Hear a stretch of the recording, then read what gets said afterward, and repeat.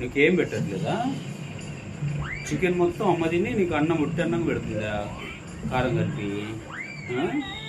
నీకు చికెన్ అస్సలు పెట్టట్లేదా? కొంచెమన్నా పెట్టిందా? ఒక ముక్కన్నా పులుసు ఒకటే పెడుతుందా గిన్నెలోది? పులుసు ఒకటే పెడుతుందా? అదే పెడుతుందా? చికెన్ ముక్కలు పెట్టట్లేదా నీకు అసలు? ఏదిరా ఫేస్ టర్నింగ్ ఇచ్చుకో.